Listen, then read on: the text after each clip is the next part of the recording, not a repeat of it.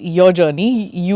You doing a number of podcasts on intel operations, on stories from India's border regions and things like that. So I won't ask you for your sources. That will not be fair. But your podcast journey, a little bit about that, if you can tell me. So viewers I कौन है आपके ज्यादातर? UPSC aspirants कौन होते हैं? नहीं UPSC aspirants are different, so I have a very separate UPSC specific channel जहाँ पे यूपीएससी के लिए पढ़ाता हूँ मैं. But my most of the audience are I believe nationalist audience, जिनको नेशन के बारे में और खास करके नेशनल एजेंसीज के बारे में जो पॉजिटिविटीज़ हैं और जिस तरीके से नेशनल सिक्योरिटी एजेंसीज हमारी देश के एक एक नागरिक को सुरक्षित रखती है, कैसे रखती है, वो जानने में बहुत दिलचस्पी है. और दूसरा generally about the Jio politics की कैसे वर्ल्ड अनफोल्ड हो रहा है, कैसे फॉरेन पॉलिसी खेली जा रही है और क्या क्या डायनेमिक्स हैं. I think that is what most of the people like to hear. पहले जो फॉरेन पॉलिसी को लेके या फिर सिक्योरिटी को लेके ये बातें जो थी, it use to be just in the corridors of power या media. Now I am seeing कि स्टूडेंट्स सारे they are interested. In the past 4-5 years I am noticing that even in college level and all that, people are interested quite a lot. And even your podcast is doing very well, and lots of podcasts that we have been doing also on foreign policy matters, on security matters. Random people are interested in it, like I'm just wondering ऐसा क्यों हो रहा है? ऐसा इसलिए हो रहा है बिकॉज देखिए वर्ल्ड एक बहुत इंटीग्रेटेड इंटरकनेक्टेड वर्ल्ड है. और दूसरा जितना भी यूथ है आज की डेट में, चाहे वो इंडिया में रह के कोई भी अपॉर्चुनिटी को एक्सप्लोर करना चाहे, उसके लिए उसको वर्ल्ड की नॉलेज बहुत आवश्यक है. अगर मान लो एक इंडिया में यूथ बैठ के कोई बिजनेस चलाना चाहता है, उसके क्लाइंट्स दूसरे कंट्री में हो सकते हैं, उसको दूसरी कंट्री के क्या हालात हैं वो जानना बहुत ज़रूरी है. और सबसे बड़ी बात यह है कि जब से नेशनल एजुकेशन पॉलिसी 2020 की आई है, जो एक टर्निंग पॉइंट था मेरे हिसाब से, जिस तरीके से उस नेशनल एजुकेशन पॉलिसी ने एक क्रिएटिव थिंकिंग के ऊपर फोकस किया है, कि जिसमें अब वो रोट मेमोराइजेशन इन चीज़ों के ऊपर इतना फोकस नहीं है. बच्चों को असाइनमेंट्स करने हैं, बच्चों को डिबेट्स करने हैं.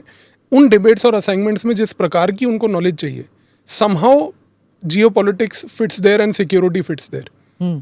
So ये चीज़ आने वाले समय में आई बिलीव आगे बढ़ेगी, because the more people get interested to know how the world works, the more they'll be knowledgeable about things which and are it's there. also, I think it's a healthy trend कि जो politicians है हमारे, they will have to be up on this too. Yes. You can't just do panchayat level polls and think that your electorate is going to be happy with just that. They even at the panchayat level they want to know कि China के साथ क्या हो रहा है, पाकिस्तान के साथ क्या हो रहा है, नेपाल में क्या हो रहा है. Everybody wants to know that. Like I'm noticing. And not just that. In fact आज लोग इस चीज़ को भी ये अप्रिशिएट करके देखना चाह रहे हैं कि जब कंट्री कोई स्टैंड ले रही है किसी भी फॉरेन पॉलिसी के लेवल पे या सिक्योरिटी पॉलिसी के लेवल पे, do we have that whole of society approach. लोग ये देखना चाह रहे हैं और देख के समझ रहे हैं कि कौन लोग इस नेशनल विजन को अपोज कर रहे हैं, कौन लोग इस नेशनल विजन का मजाक उड़ा रहे हैं, और कौन लोग इस नेशनल विजन में एक ड्रैग बन रहे हैं. So people are knowing. आज जैसे हम लोग कहते हैं कि लोग हमारे यहाँ पर बेवकूफ़ हैं, वो बिना सोचे समझे वोट देते हैं. कोई बिना सोचे समझे वोट नहीं देता. बहुत सोच समझ के जनता वोट देती है, बिकॉज जनता को दिख रहा है कौन क्या कर रहा है. क्योंकि कुछ लोग हैं जिनको सिर्फ ऑपोजिशन के सिवाय कुछ नहीं करना है. मतलब कोई स्टेप ले लिया वो गलत ही है. अच्छा ठीक है, मैं मानता हूँ कि आपने हर स्टेप को क्रिटिसाइज करना है जस्ट बिकॉज आप अपोजिशन में. But my question is, do you have an alternate vision. मैं हमेशा ये चीज़ एम्फोसाइज करता हूँ. आप ब्रिटेन का एग्जाम्पल देखिए. ब्रिटेन में एक शैडो कैबिनेट होती है. वहाँ पे अगर एक फॉरेन मिनिस्टर है, तो एक ऑपोजिशन का फॉरेन मिनिस्टर है, वो कुछ कर रहा है तो ये बता रहा है कि बॉस आपने ये किया, ऐसे ना करो, ऐसे करो. क्या हमारे यहाँ पर है? कुछ नहीं है. I remember this very clearly कि Rajiv Gandhi had tried to do this. Yes. To bring a shadow cabinet. और बड़ा मजाक उड़ा था कि भाई तुम तो opposition में बैठा है, what is the need? He actually had a vision to say that कि we should have this. But again, the same genes don't pass on subsequently, so it creates a problem. Na? Then some people become. पर होना चाहिए. होना चाहिए, absolutely होना चाहिए, because then people can evaluate. मतलब college level पे होता है कि आप there are many colleges which have mock parliaments, mock UN. Exactly. They have that, and this is something, and even in schools, in some schools, and enlightened debates happen. Sometimes when I'm called to speak on or judge these debates, and it's very interesting that young kids are actually having these debates where they're interested in knowing. Absolutely. And whenever I talk to these students, I say कि आप घर जाके ना, you speak to your parents. It's important because when your parents go to cast their vote, they should understand this Exactly. and talk to your mothers also. My thing is that don't have these intellectual conversations just with your fathers. It's a very wrong attitude that your mothers don't know.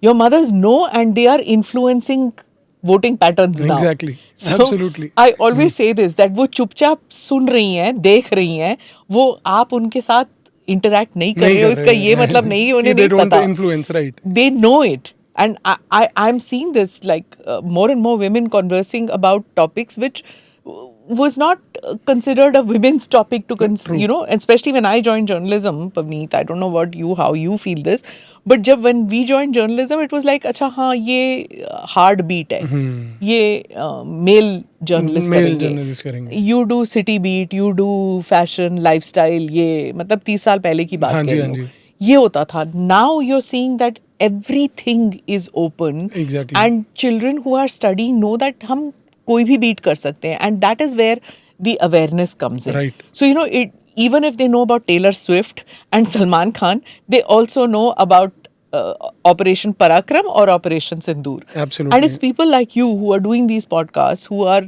spreading information. I just feel that new media is doing a phenomenal job. Exactly.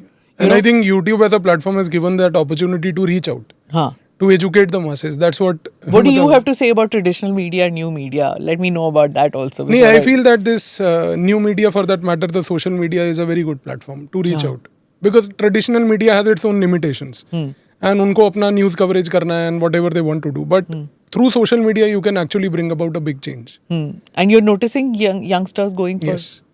Because मैंने ये चीज़ देखी कि like in my case, I receive a lot of emails of people that, you know, I am just a 15-year-old person, I am just like a 12-year-old person, and मुझे geopolitics में अच्छा लगता है सुन के, security में अच्छा लगता है सुन के, and there are people who say that, you know, I wanted to do something but now I want to join the security forces. So मतलब इससे ज़्यादा बेहतर क्या हो सकता है कि, you know, automatically without me saying anything, somebody today wants to serve the nation. I think that's the best thing that you can do. Namaste, Jai Hind. You're watching ANI podcast with Smita Prakash. अगर हम उसको मस्जिद कहेंगे तो फिर विवाद होगा. The issue is टूटा है क्या भारत? 400 पार का मतलब ये है कि संविधान खतरे में है. क्या हम लोग ये निर्देश देते हैं कि फला को गिरफ्तार करके जेल डाल दें? वही तो कह रहे हैं सब. ये बेबुनियाद निराधार आरोप. सच्चा सुनना चाहो देखो स्मिता प्रकाश ANI. It does not lie.